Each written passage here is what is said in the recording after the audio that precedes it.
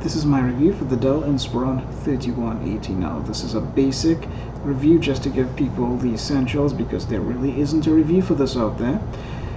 I do not have video. I will be supporting my review with pictures because that's, as I said, all I have. Now, this machine comes with, in this particular SKU, an A9 processor, 32 gigs of internal storage, whoa, 4 gigs of memory, webcam, non-backlit keyboard, 2 USB ports, micro SD card slot, single headphone combination microphone jack, HDMI out, and a standard barrel pin power connector.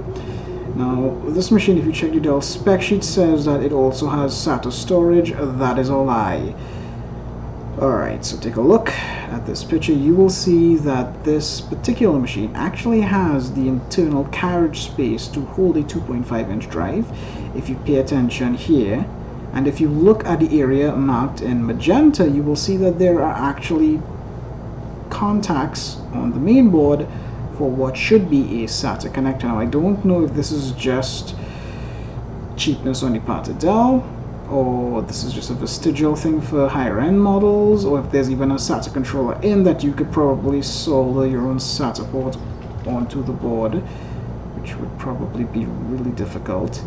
The point is, it does not have a SATA connector for a 2.5-inch hard drive or solid state drive. So when you buy this, you're stuck with the 32 gigs of storage you pay for. Now, there is another version to this with a 128 gigs of internal storage.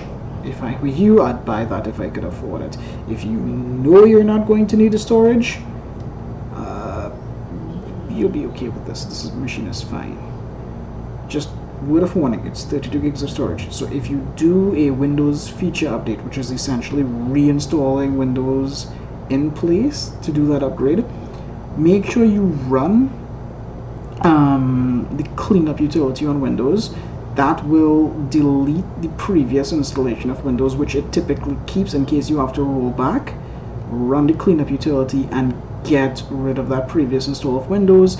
It'll free up about half of the 32 gigs of storage after the update's done.